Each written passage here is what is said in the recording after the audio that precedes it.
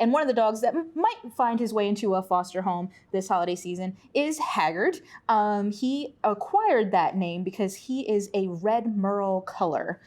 So he's a Merle Haggard, much like the singer, obviously. And he's a sweet guy. He is every time I walk by his kennel, he's doing this.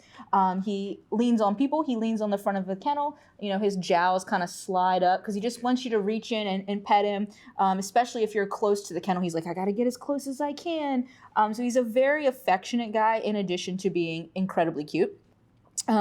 He loves adults. He does really well with older kids, but we've listed him as teenager plus because he was found as a stray, and the people kept him in their home for a little while and found that he really did not enjoy their younger children.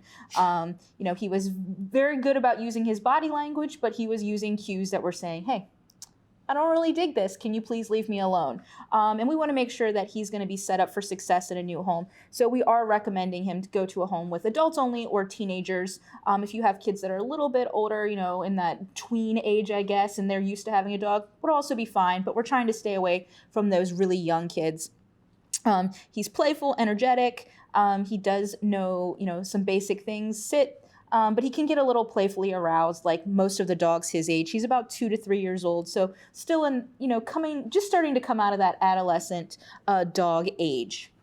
So Haggard has a behavior that we're trying to modify, and we worked on it with one of our other canine residents. What is that behavior? So he's not really exhibiting it right now, but much like Evan, Haggard doesn't really like it when people take his toys. He thinks they're super valuable. He likes to keep them for himself, not share them.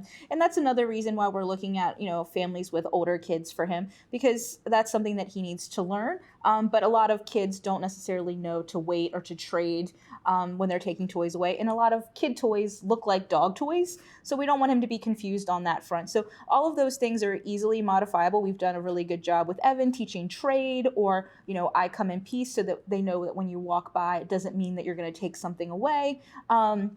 And all of those things we can go over, obviously, in any adoption interview if you were to take Haggard and make him part of your family. If that's something you're thinking of wanting to do, the first step is going to be to book an appointment to meet with him, and you can do that by going to visitfcac.as.me.